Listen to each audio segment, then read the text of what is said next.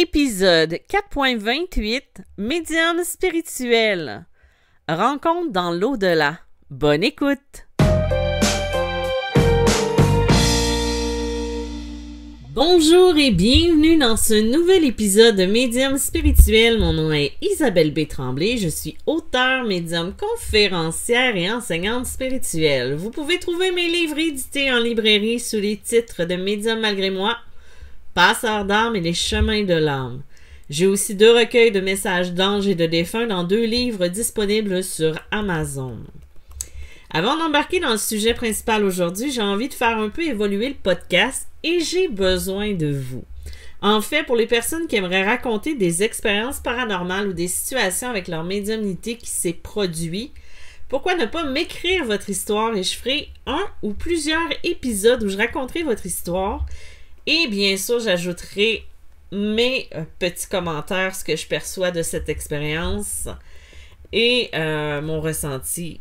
Si ça se... si le contexte m'y amène.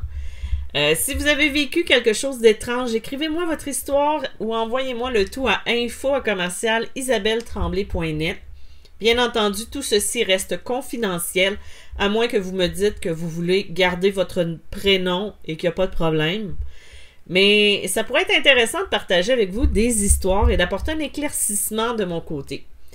D'ailleurs, j'ai reçu déjà quelques témoignages que je partagerai avec vous bientôt, plus que bientôt, parce qu'on commence aujourd'hui avec Nancy.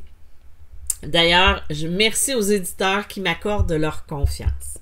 Aujourd'hui, comme je viens de le dire, je commence avec l'histoire de Nancy. Il s'agit d'une expérience qu'elle a vécue en lien avec le deuil de sa mère et je vous partage son histoire ce matin. Peut-être que vous allez vous reconnaître à travers ces mots. Je parlerai au « je » car ça va être plus simple de vous lire son histoire que de commencer à l'improviser ou le résumer. Donc, je vais l'écrire, je vais vous le lire dans ses propres mots. Je voudrais remercier Nancy pour ce partage. Parce que, tu sais, c'est quand même quelque chose de raconter son histoire, surtout dans le domaine du paranormal. Donc, je commence immédiatement. Petite mise en situation pour comprendre le reste. J'ai toujours été très proche de ma mère, mais vraiment très proche. Je l'aimais, je l'adorais, elle était presque ma seule joie de vivre étant enfant. Elle incarnait pour moi l'amour divin.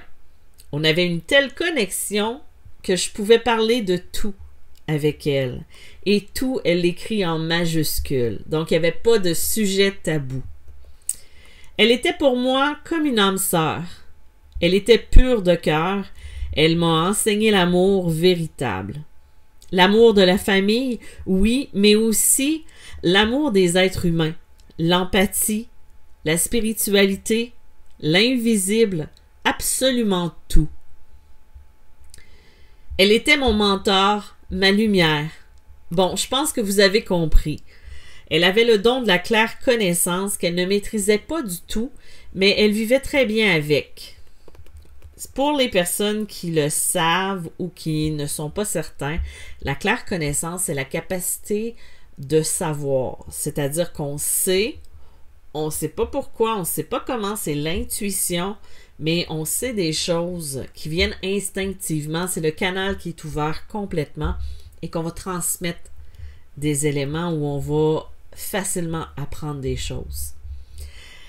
En septembre 1994, alors que j'avais 21 ans, je lui annonce que je vais quitter le nid familial. Je suis la dernière à quitter, mon frère ayant déménagé quelques années auparavant et ma petite sœur quelques mois avant moi.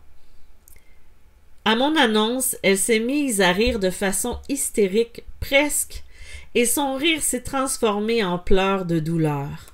Ça m'a complètement bouleversée. Je ne l'avais jamais vue dans un tel état. Ce que je ne savais pas, c'est qu'elle sentait que sa fin était proche sans savoir ce qu'elle avait. J'ai donc quitté la maison pour mon premier appartement le 1er octobre 1994. 2 semaines après, je reçois un message sur mon répondeur de ma tante me disant que ma mère est à l'hôpital et de venir le plus tôt possible. Je ne m'attendais pas du tout à ce qui allait suivre. J'entre dans sa chambre, je vois que toute la famille est là, tout le monde pleure. Verdict, cancer très agressif au cerveau. Il ne lui reste tout au plus 2 mois à vivre. Le mal que j'ai ressenti dans mon cœur était immense et sans nom. Étant très proche de notre spiritualité, je savais que la peine que j'avais à la laisser partir pouvait la retenir dans son parcours d'âme après, et je voulais pas ça pour elle. J'essayais d'accepter le plus possible à la mesure dont j'étais capable à l'âge que j'avais, de la laisser partir en paix, de la laisser partir dans la sérénité, pour qu'elle puisse quitter sans attachement à ma très grande détresse. Elle a finalement vécu 3 mois. Pendant ces 3 mois où elle s'est dégradée rapidement, physiquement, nous savions que le moment de se parler de la mort était nécessaire et on en a beaucoup parlé. On a ri, on a pleuré, on s'est parlé du après. À cet âge-là, j'avais encore très peur de l'invisible dû à toutes sortes d'expériences vécues à la maison étant jeune. Ma mère m'avait demandé si je voulais qu'elle vienne me visiter après son départ. Sur le coup, j'ai dit non, que j'allais avoir trop peur même si c'était elle. Mais après quelques minutes, je me suis demandé si je n'allais pas regretter ce choix et je lui ai dit ceci. Tu sais à quel point j'ai peur de ça, maman. Mais tu me connais bien. Si tu vois que j'en ai besoin, tu peux venir me voir d'une façon que tu sais qui ne me frappe pas peur. C'était notre entente sans attente. Alors voilà, la table est mise pour raconter ce qui m'est arrivé. C'était nécessaire car sa mort a été l'élément déclencheur. Je me sentais forte pendant sa maladie, mais avec le vide et la peine, j'ai ensuite sombré dans une profonde dépression. Je n'avais qu'une envie, aller la rejoindre. Je voulais pas réellement me suicider, je savais que pour mon âme, ça servirait à rien de le faire, mais je rêvais secrètement de claquer des doigts et avancer ma vie jusqu'à mon lit de mort. Vous voyez? C'est 5 mois après son décès que j'ai vécu ma première expérience. C'est celle-là qui est, selon moi, une EMI, qui se traduit par une expérience de mort imminente. Une sortie de corps, je ne sais pas, mais voilà, je suis cardiaque depuis l'enfance et je fais beaucoup d'apnée du sommeil. Donc, je suis à la maison, seule, étendue sur le sofa. Quelques instants plus tard, une boule de lumière qui vole dans l'espace à toute vitesse. Je vois les étoiles passer autour de moi tellement je vais vite. J'entends une voix d'homme qui me parle de façon télépathique. Une voix forte, chaude, très autoritaire mais douce à la voix, remplie d'amour, etc. Je lui posais des questions, il me répondait. Je ne sais pas si c'est parce que j'avais trop de questions, mais soudainement, je me suis mise à recevoir des informations en une fraction de seconde qui m'expliquaient la vie, la mort, la terre, l'univers, tout. Je comprenais tout en même temps que ça entrait, comme un téléchargement d'ordinateur. J'ai compris pourquoi la vie, pourquoi les roches, les fleurs, jusqu'aux étoiles. J'ai tout appris en une fraction de seconde et tout compris. Je me suis sentie en paix et très légère en recevant tout ça. J'avais un poids enlevé de sur mes épaules, on aurait dit. Je me souviens de m'être dit « Oh mon Dieu, mais le sens de la vie, c'est juste ça. Il faut absolument que tous les humains le sachent. On se casse beaucoup trop la tête sur Terre quand on fond. Quant au fond, c'est tellement facile et si simple. » Je me retourne pour regarder en biais derrière moi et je vois la Terre avec tous ces petits points lumineux. La voix me dit que ces points lumineux sont les âmes des humains. Que même si je vais oublier beaucoup de choses de cette expérience, la seule chose à retenir et à comprendre, c'est l'amour. Je suis revenue dans mon corps, aspirée dedans dans un gros bourdonnement dans les oreilles. C'était la sensation la plus désagréable que j'ai vécue de toute ma vie. Pour illustrer, imagine que tu sortes d'une douche froide, que tu as une grosse migraine, que tu es éclairé par des néons froids et chirurgicales presque. Tu es toute nue, il fait froid et tu glisses sur une flaque d'eau par terre et que tu tombes de tout ton poids. Tout ton corps sur un carrelage dur et froid, mais genre, tu ne tombes pas au sol, mais de 2 étages plus bas. Avec le bruit du corps qui tombe, comme un morceau de viande froide qu'on lance sur le comptoir. Le silement dans mes oreilles après la chute, la désorientation, la sensation désagréable de tomber dans la matière. C'est comme ça que je me suis sentie dans mon corps en revenant. Mais la dernière phrase qui m'a été dite, comme quoi l'amour est la seule chose à retenir, est restée gravée et me dirige encore aujourd'hui. J'ai été longtemps à ne pas comprendre vraiment ce qui était arrivé jusqu'à ce que j'apprenne, quand j'ai eu accès à Internet des années plus tard, par d'autres qui ont vécu la même chose qu'on m'avait montré les annales akashiques de l'univers, ou de la Terre du moins. La grande bibliothèque de tout ce qui a été, de tout ce qui est, depuis le commencement, depuis la source. Je pense que cette expérience m'a transmis aussi, comme ma maman, le don de claire connaissance, que je ne maîtrise pas du tout non plus, mais qui m'aide énormément dans ma vie quotidienne. Et cette claire connaissance me vient seulement quand mes vibrations sont très hautes ou quand je vis une énorme peine. Ma deuxième expérience s'est produite quelques mois après le décès de ma mère. J'étais dans une relation extrêmement toxique avec un alcoolique. Un soir où je n'en pouvais plus, je me suis étendue avec le désespoir au cœur et les larmes qui n'arrêtaient pas de couler. Je me suis retrouvée dans la maison où j'ai grandi. Je suis devant ma porte de chambre et j'essaie de l'ouvrir, mais je peux l'ouvrir qu'à moitié car quelque chose me bloque. Dans la pénombre, il n'y a que le clair de lune qui éclaire ma chambre.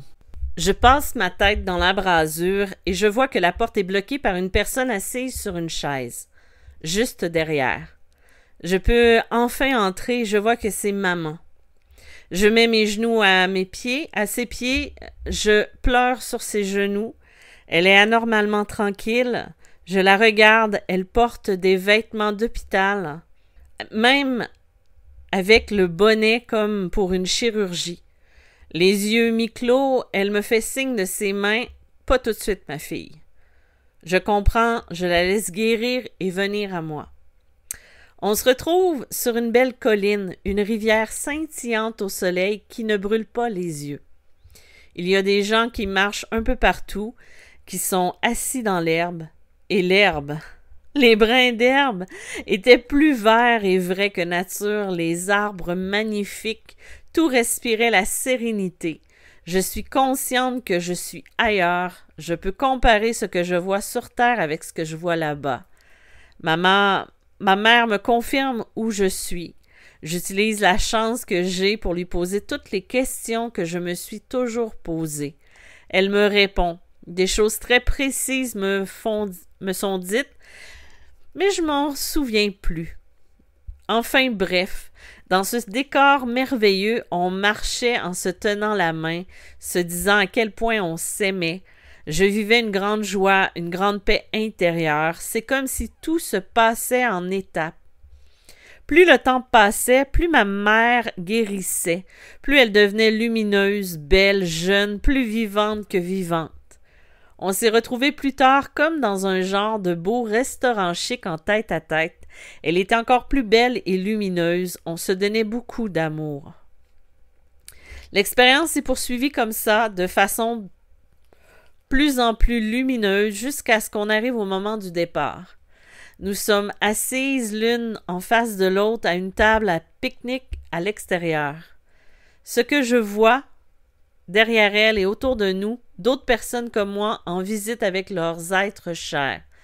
C'est ma mère qui m'explique cela. Je vois au loin derrière les dernières tables un grand portail que je ressens, que je ne peux pas franchir. À ma gauche, un chemin qui longe toutes ces familles. Ma mère me dit que c'est ici qu'on doit se dire au revoir.